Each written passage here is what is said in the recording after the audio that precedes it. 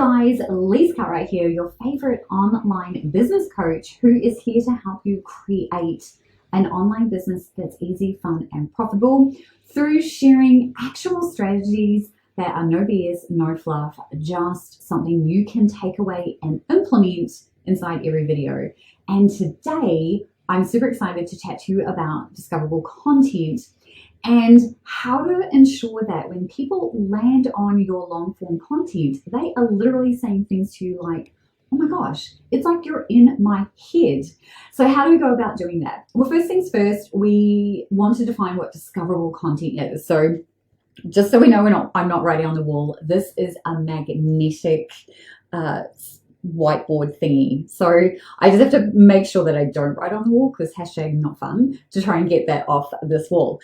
But first I want to define what discoverable content is. And discoverable content is content that you create with a very specific intention. And we can take it a step further and go, discoverable content is only content that you create that sells an offer.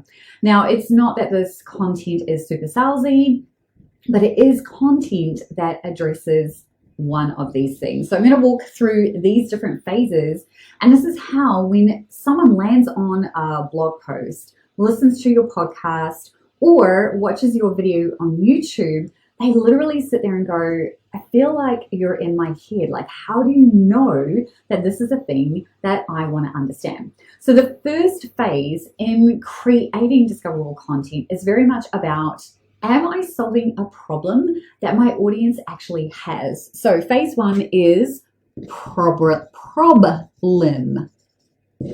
Do they have a problem that they are aware of? Now, often we know what the problem is, and it's often not the problem that they believe they have, but we have to meet them where they're at. So first things first, you want to identify the problem.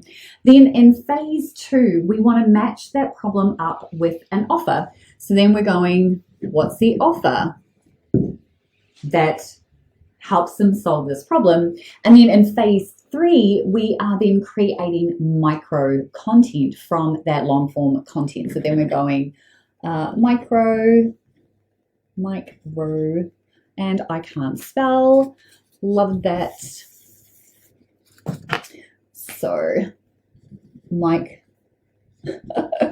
micro content is the next step. So let me talk you through what this is. So at phase one, when we're talking about a problem, first we kind of need to do phase one and phase two together, right? We need them to be together. So it starts with the offer first, right? We need to have our offer suite. So we need to be clear about what that is. But you start with an offer, then you go, okay, what's the problem that this offer solves? Now, you might solve multiple problems with an offer, and that's totally fine. It means that you're going to have a few pieces of discoverable content for your offer. That's totally fine. But come up with the problem. And this is where you can use sites like Answer the Public, Quora. Those are a couple that I go to. So this might be answerthepublic.com, Quora.com.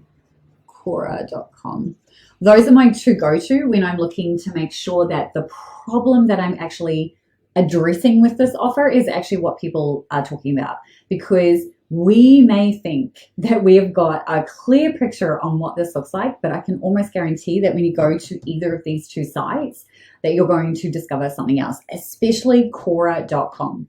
So once we confirm that, okay, the offer that we've created is solving a problem that someone actually wants, then we use that problem as our starter prompt for creating that actual content.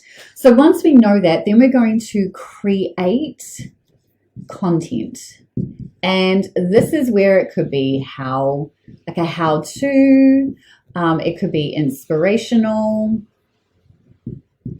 it could be a case study, whatever you want to do that points back to this offer, right? That's the whole point of this process, is that it's going to come back to your offer. You're going to optimize it. But how do you get people to say, I feel like you're in my head? Well, that starts here by making sure that you're addressing the problem that they are asking about, not what you believe is the problem.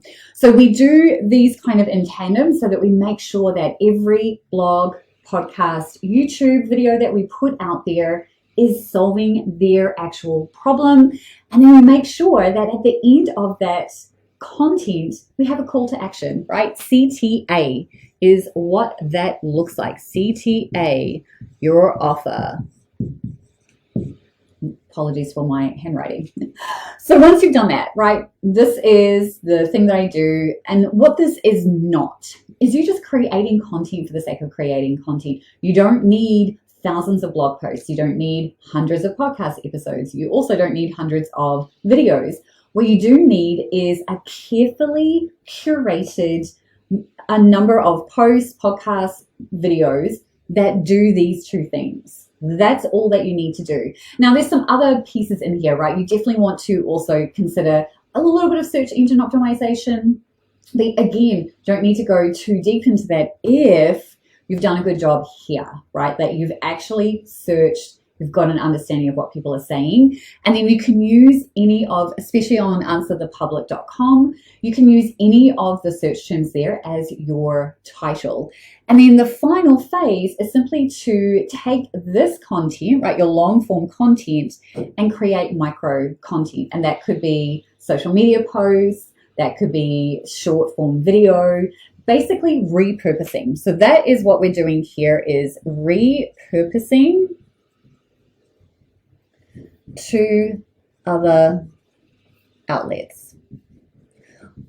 I'm not a huge fan of being on social media, but I do use social media, and this is how I do it. I repurpose content. So everything that you see that's in my world, so from this YouTube video that you're watching right now, if you were to go onto my blog, because I have a blog as well, you would also discover additional content that supports what I'm doing here. And that's the thing. You want to start with one long form platform, then branch out through your micro content and repurpose, right? It becomes infinitely easier to do that. And that's just so that you are being visible in multiple places, but it's not about you having to be on social media all the time, right? Going into people's DMs, like doing all the things, like trying to make TikToks, trying to do a whole bunch of reels and using, music that's trending. You don't need to do any of that unless you are excited to do that. But you don't need to do any of that if you have done discoverable content. Now, if you want more details about the Discoverable content system, it is inside my Digital Income Accelerator membership, which is for multi-passionate creative entrepreneurs who are looking to create their money-making marketing plan. Now, this money-making marketing plan is 100% based on your unique gifts, strengths, and talents, and is designed to get you up and running in the next 90 days with a 5K per month plan in place. So if you are interested about that at all, comment down here and I will get you more details about it. Or you may find a link somewhere depending on where you're viewing this video. But thank you so much for being here. I hope that this gives you a bit of an idea of what you can do when it comes to your discoverable content, and I will chat with you soon. Take care.